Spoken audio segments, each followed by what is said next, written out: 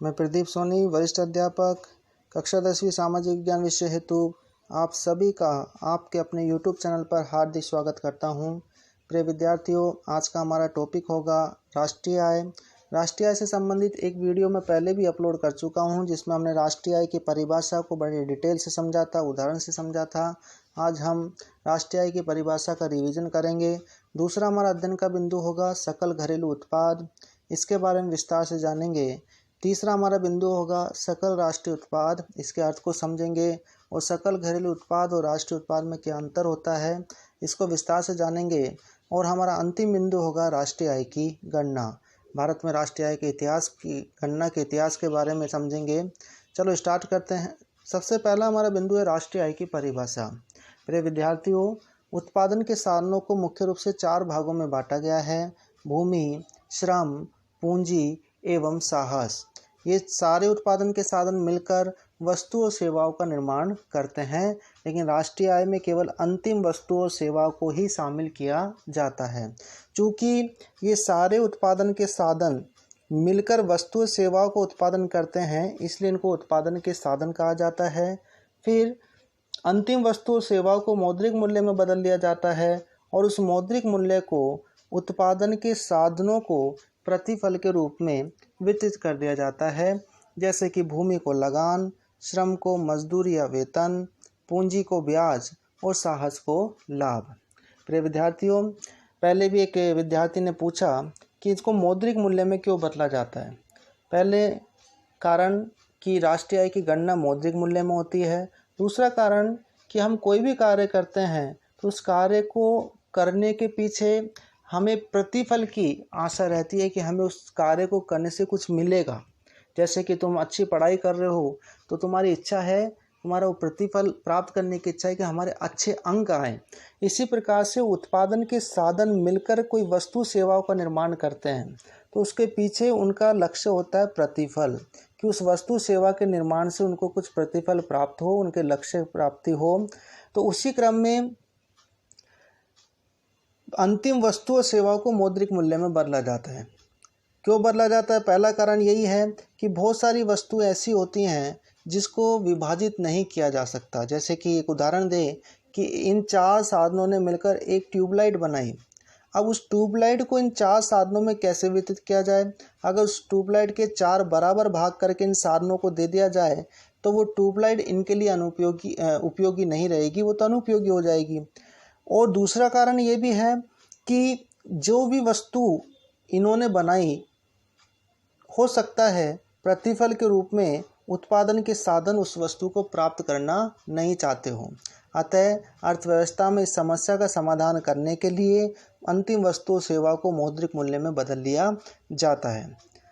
राष्ट्रीय आय की गणना हमारे यहाँ एक वित्तीय वर्ष के दौरान होती है, इसलिए परिभाषा के रूप में हमारे सिलेबस के अनुसार राष्ट्रीय आय की परिभाषा बता सकते हैं कि एक वित्तीय वर्ष में अंतिम वस्तु और सेवाओं के उत्पादन में सहयोग करने के कारण उत्पादन के साधनों को प्राप्त प्रतिफल का योग ही राष्ट्रीय आय कहलाती है। दूसरा हमारा टॉपिक है सकल घरेलू उत्पाद, जिसको जीडीपी कहते हैं। जीडीपी का पूरा नाम ग्रॉस डोमेस्टिक प्रोडक्ट है। भारत के संदर्भ में इसको समझते हैं। जीडीपी की गणना भारत में एक वित्तीय वर्ष जो कि 1 अप्रैल से प्रारंभ होता है और 31 मार्च तक चलता है के दौरान की जाती है। जैसा कि शब्द से स्पष्ट है घरेलू, यहाँ हम घरेलू का तात्पर्य हम भारत के निवासी है, तो हमारा घर कौन सा देश हुआ? भारत। तो भारत की सीमा के अंतर्गत जितनी भी वस्तु सेवाओं का उत्पादन होता है, विशेषकर अंतिम वस्तु सेवाएं को ही सकल घरेलू उत्पाद में शामिल किया जाता है। इसलिए हम कह सकते हैं कि एक वित्तीय वर्ष में एक अंतिम वस्तु सेवाओं का मौद्रिक मूल्य ही सकल घरेलू उत्पाद कहलाता है। इसको परिभाषा के रूप में कि एक वित्तीय वर्ष में देश की सीमा के अंतर्गत अंतिम रूप से उत्पादित समस्त प्रकार की वस्तुओं एवं सेवाओं का मौद्रिक मूल्य ही सकल घरेलू उत्पाद या जीडीपी कहलाता है।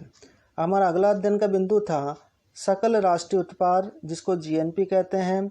जीएनपी का पूरा नाम ग्रॉस नेशनल प्रोडक्ट है। ग्रॉस नेशनल प्रोडक्ट जीएनपी को समझने के लिए हमें जीडीपी का सहारा लेना पड़ेगा।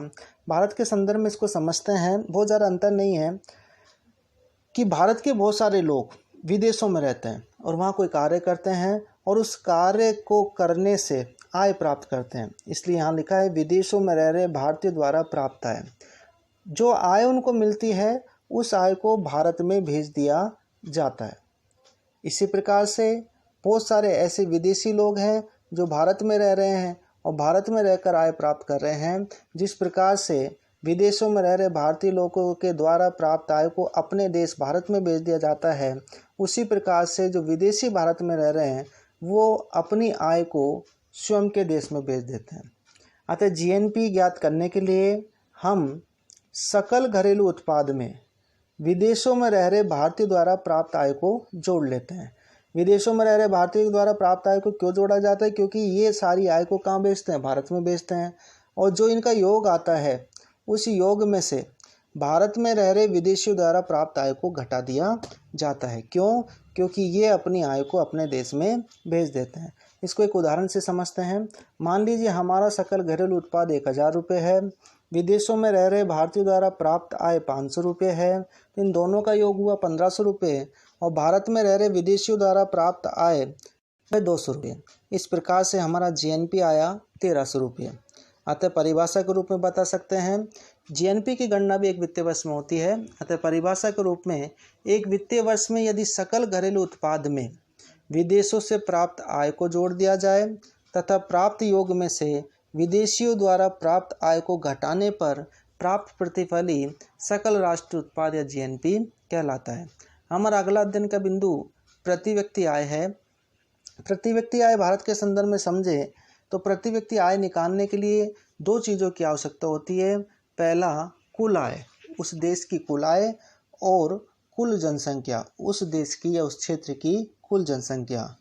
जब कुल आय को कुल जनसंख्या से विभाजित कर दिया जाता है तो प्राप्त प्रतिफल ही प्रति व्यक्ति आय कहलाता है। उदाहरण के तौर पर समझे, मान लीजिए भारत की कुल आय है 1 लाख रुपये, भारत में कुल जनसंख्या 500 है, तो जब 1 लाख को 500 से डिवाइड कर दिया जाएगा तो प्राप्त प्रतिफल जो 200 रुपये आता है ये प्रति व्यक्ति आय कहलाती है। सूत्र को परिभाषा के रूप में भी लिख सकते हैं कि जब देश की कुल राष्ट्रीय आय को देश की कुल जनसंख्या से विभाजित कर दिया जाता है तो प्राप्त प्रतिफल ही प्रति व्यक्ति आय कहलाता है। हमारा अंतिम अध्ययन बिंदु है राष्ट्रीय आय की गणना। आप अपने स्क्रीन पर एक चित्र देख रहे हो, यह चित्र दादा भाई नौरोजी का है। राष्ट्रीय आय की गणना में इनका महत्वपूर्ण योगदान रहा है क्योंकि सर्वप्रथम भारत में राष्ट्रीय आय की गणना सन 1868 में दादा भाई नौरोजी के द्वारा ही की गई। दादा भाई नौरोजी के बाद Findlay Siraj, doctor VKRV Rao, RC Desai आदि अर्थशास्त्रियों ने राष्ट्रीय आय की गणना करी। लेकिन एक समस्या थी कि इन विद्वानों के पास विश्वसनीय समांकों और सूचनाओं का अभाव था तथा इन्होंने उपयुक्त सांख्यिकी विधियों का उपयोग भी नहीं किया था। अतः इनके द्वारा जो राष्ट्रीय आय की गणना की गई उसको सरकार के द्वारा सही नहीं माना गया। अतः सही राष्ट्रीय आय की गणना के लिए, जैसा कि आप स्क्रीन पर देख रहे हो चित्र और है, ये PC महालनोबिस का है। अतः सन 1949 में भारत सरकार के द्वारा श्री PC महालनोबिस की अध्यक्षता में राष्ट्रीय आय समिति का गठन किया गया। इस समिति ने अपनी पहली रिपोर्ट 1951 में और अंतिम रिपोर्ट 1955 में भारत सरकार को दी। इस समिति की सिफारिश पर ही राष्ट्रीय आय की गणना का कार्य केंद्रीय सांख्यिकी संगठन CSO को सौंप दिया गया। CSO का पूरा नाम सेंट्रल स्टैटिस्टिकल ऑर्गेनाइजेशन है तथा यह भारत में राष्ट्रीय आय की गणना का कार्य करता है। इस प्रकार से हमारा टॉपिक पूरा हुआ। वीडियो देखने के लिए आप सभी का बहुत बहुत धन्यवाद।